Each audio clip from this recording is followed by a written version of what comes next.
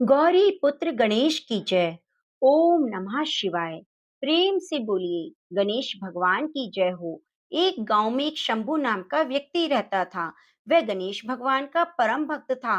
गणेश भगवान की भक्ति उसे पिता से विरासत में मिली थी। वह रोज प्रभु को भोग लगाता, आरती करता, उसके बाद ही कुछ खाया करता। गणेश भगवान की उस पर विशेष कृपा थी। उसके घर में किसी चीज की कमी ना थी।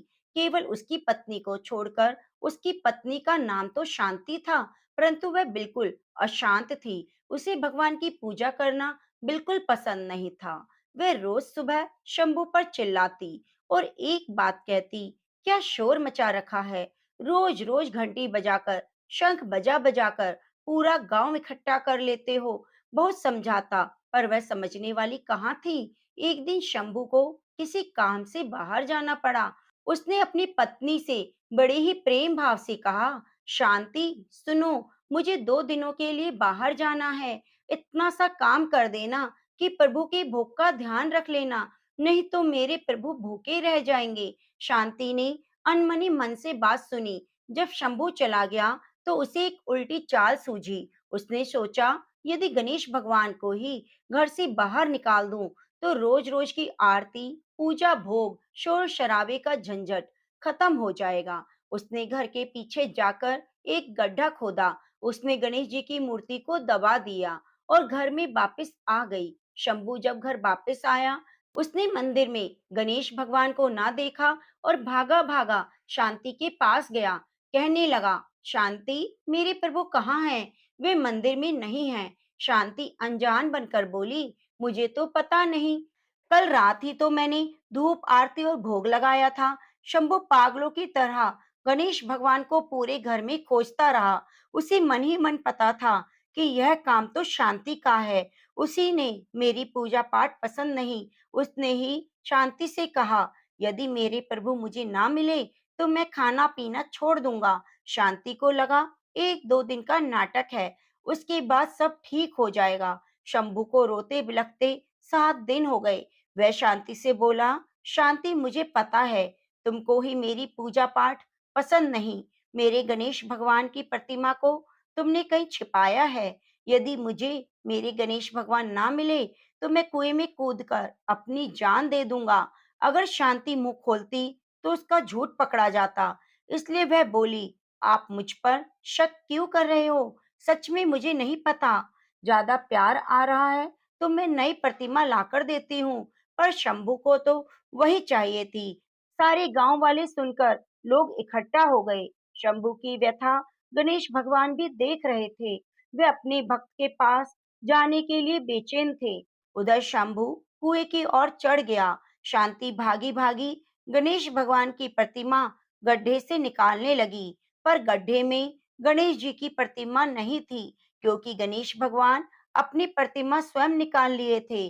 गणेश भगवान बालक का रूप लेकर और अपनी प्रतिमा को निकालकर शंभू के पास पहुंचे और बोले, काका, यही प्रतिमा है आपकी? इसे ही ढूंढ रहे हो क्या? शंभू ने पीछे मुड़कर देखा तो एक सुंदर बालक के हाथ में गणेश जी थे। वे कुएं से नीचे उतरा, प्रभु को गले से लगाया और रोते रोते स्नान कराया। भगवान को मंदिर में स्थापित किया। वह बालक शांति की तरफ देखकर मुस्कुरा रहा था। शांति सोच में पड़ गई कि इस मूर्ति का पता इस बालक को कैसे चला। शंभू के साथ शांति भी अंदर चली गई। शंभू ने रोते रोते बड़े भाव से गणेश जी को स्थापित किया, पूजा की और बालक का खूब धन्यवाद किया। बालक जी, जो स्वयं भगवान थे, वे बोले, काका, क्या मुझे भोग नहीं खिलाओगे? शंभू भागा भागा गया और भोग लेकर आया। जैसे ही भोग लेकर आया तो उसने देखा बालक अंतर ध्यान हो गया और तेज प्रकाश गणेश जी की प्रतिमा से उदित हो रहा है। वहां से बालक का अंतर ध्यान होना और तेज प्रकाश पुंज का आना, शांति को अपने भूल का पश्चाताप होने लगा। वे दोनों समझ गए कि स्वयं गणेश जी अपनी प्रतिमा लेकर स्वयं स्थापित होने आए और मुझे दर्शन देने आए। दोनों भाव विभोर हो गए। उसी रात गणेश भगवान ने दर्शन दिए और कहा, मेरे साथ साथ शुभ लाभ, रिद्धि सिद्धि, सुख वैभव और लक्ष्मी जी सदा तुम्हारे घर में वास करेंगी। दुखियों की सेवा करना, दान देना, धर्म करना, इस प्रकार से शंभू की भक्ति अमर हो गई। प्रिय भक्तजनों, जो भी इस कथा का श्रवण करता है, गणपति बाप्पा उस पर कृपा करते हैं, उसके घर में माता लक्ष्मी का वास हो जाता है। तो प्रेम से बोलिए, गणेश भगवान की जय हो। ओम नमः शिवाय। एक गांव में एक बुढ़िया माई रहती थी। उनके घर में उनकी एक इकलौती बहू शांति भी रहती थी, जो बहुत चालाक थी। शांति का पति दूसरे गांव में काम करता था और कभी-कभी घर आता था। बुढ़िया माई गणेश भगवान की दिन रात पूजा किया करती। शांति अपनी सास को पसंद नहीं करती थी। एक दिन बुढ़िया माई गणेश जी की पूजा कर रही थी। तभी शांति ने कहा, माँ जी, आप सारा दिन बैठी बैठी पूजा करती रहती हैं, घर में कभी साफ सफाई का भी काम कर लीजिए करें। इतना बड़ा घर है, मैं कैसे सारे घर की सफाई अकेले करूं? बुढ़िया माई ने कहा, बहू, मेरी आंखों से कम दिखाई देता है, इससे मैं कोई काम नहीं कर पाती। उनकी बात सुनकर शांति को गुस्सा आ गया। वह वहां से चली गई। शांति को पता था कि उसकी सास ठीक से देख नहीं पाती, इसलिए वह अपने लिए पकवान बनाकर सास को सूखी रोटी देती थी। एक दिन बुढ़िया माई ने कहा, बहू, यह रोटी खाई नहीं जाती, इसके साथ थोड़ी सी दाल भी दे दो। तब शांति ने कहा, माँ जी, 2 महीने से आपके बेटे ने एक भी पैसा नहीं भेजा है, दाल भात कहाँ से लाऊं? यह सुनकर बुढ़िया माई को बेटे की चिंता होने लगी। उसने कहा, तुमने पहले क्यों नहीं बताया? पता नहीं मेरा बेटा किस हाल में होगा, कहीं किसी परेशानी में ना हो। मैं तो कम देख पाती हूँ, तू दूसरे गांव जाकर देख। तब शांति ने बहाना बनाते हुए कहा, मैं आपको और घर को अकेला छोड़कर कैसे जा सकती हूँ? उन्हें पता लगा तो बहुत बुरा भला सुना देंगे। इसी तरह कुछ दिन और बीत गए। सुरेश हमेशा समय पर पैसा भेज देता था, लेकिन शांति बुढ़िया माई से कहती, ना तो पैसे आए, ना कोई खबर आई। बुढ़िया माई एक दिन उदास होकर बैठ गई। शांति घर पर नहीं थी। तभी उसकी एक पड़ोसन आई। उसने कहा, माँ जी, आप कुछ परेशान दिखाई दे रही हैं। बुढ़िया माई ने सारी बात बता दी। तब पड़ोसन ने कहा, माँ जी, आप रोज गणेश भगवान के नाम का मंत्र 108 बार जप किया करो और गुड़ का भोग लगाओ। गणेश भगवान खुश होकर आपके सभी कार्य को पूर्ण करेंगे। अगर बिना नियम टूटे आपने यह कार्य 40 दिन तक कर लिया तो आपका बेटा घर आ जाएगा। बुढ़िया माई ने कहा, लेकिन गुड़ कहाँ से लाऊं? मेरे पास तो पैसे नहीं। तब पड़ोसन ने अपने घर से गुड़ की 2 ढेली बुढ़िया माई को लाकर दी। इस पर बुढ़िया माई ने अगले दिन माला का जप करना शुरू कर दिया। सुबह पूजा करने के बाद बुढ़िया माई माला लेकर बैठ जाती। वो गणेश भगवान के नाम का जप शुरू कर देती। कुछ दिन के बाद गणेश भगवान की कृपा से सुरेश का काम बढ़ गया और ज्यादा पैसे भेजने लगा। लेकिन शांति ने अपनी सास को कुछ नहीं बताया। बुढ़िया माई हर दिन 108 का जप करती रही। कुछ दिन के बाद शांति को पता चला तो उसकी सास बेटे को घर लाने के लिए माला का जप कर रही है।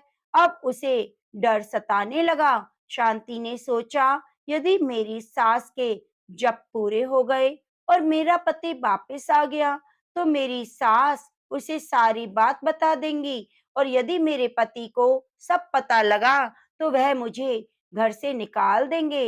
इसी सब से बचने के लिए उसे एक उपाय सूझा। जब बुढ़िया माई सो रही थी, उनकी एक माला में से एक दाना निकाल दिया। अब माला में 107 मोती रह गए। अगले दिन बुढ़िया माई ने रोज की तरह जप किया, लेकिन उसे पता नहीं चला। इसी तरह बुढ़िया माई के 40 दिन पूरे हो गए, लेकिन उनका बेटा घर नहीं आया। अगले दिन उसने गणेश भगवान की पूजा करी। उनसे कहा, प्रभु, मुझसे क्या भूल हो गई जो आप प्रसन्न नहीं हो रहे?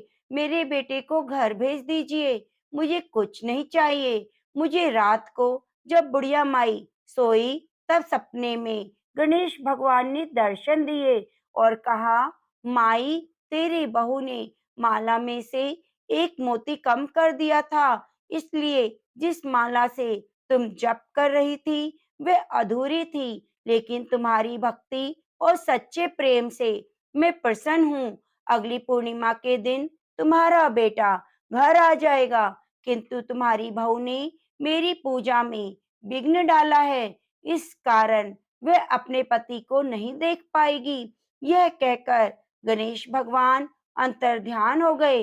बुढ़िया माई ने अगले दिन शांति को सपने की बात बताई।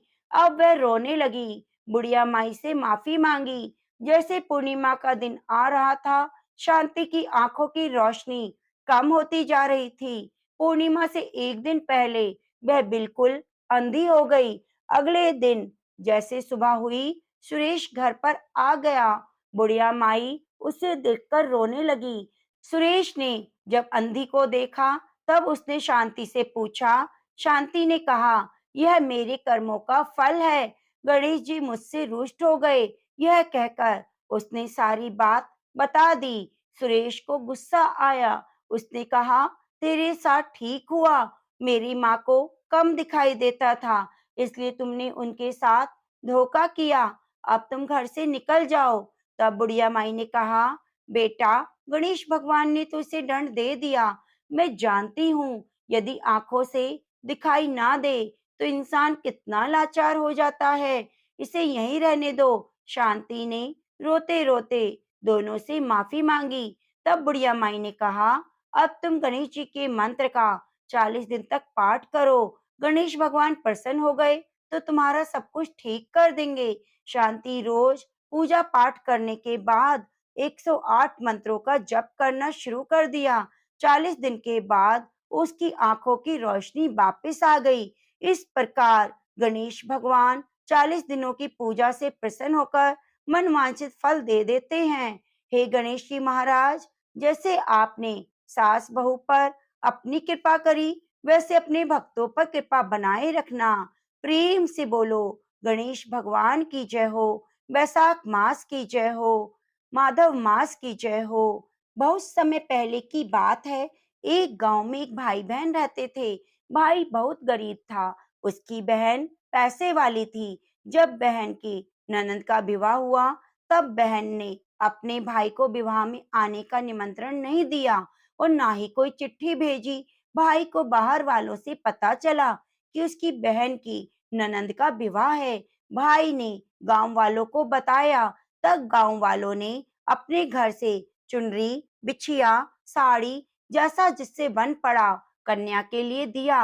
भाई सारा सामान लेकर बहन के गांव पहुंचा। बहन के घर आने पर बहन की देवरानी बोली, भाभी जी, आपके भाई आए हैं। बहन ने पूछा, कैसे आए हैं, क्या पहना है? देवरानी ने कहा, पैदल आए हैं, फटी पगड़ी, फटी धोती पहनी है। बहन बोली, मेरे ससुर हवेली के सामने दुकान में बैठे हैं, मुझे शर्म आती है। भाई को बोलो पीछे के दरवाजे से आए। भाई के आते ही बहन ने भाई को एक कमरे में बंद करके बाहर से ताला लगा दिया। एक तरफ लड़की का विवाह हो रहा था, गाजे बाजे बज रहे थे, अतिथियों को भोजन कराया जा रहा था। दूसरी तरफ भाई को कोई पानी पूछने वाला भी नहीं था। तब भांजे की बहू को दया आ गई, उसने दरवाजा खोल दिया। दरवाजा खुलते ही भाई वहां से भागा। 2 दिनों की भूख प्यास के कारण उसे चक्कर आने लगे। रास्ते में गणेश जी का मंदिर था, वहां जाकर गिर गया। रोते रोते गणेश भगवान को अपनी व्यथा सुनाई। बोला, आज मेरी गरीबी के कारण मेरी सगी बहन ने मुझे धिक्कार दिया। घर जाने पर जब मेरी पत्नी पूछेगी कि विवाह में क्या मिठाई लेकर आए, तो मैं क्या जवाब दूंगा?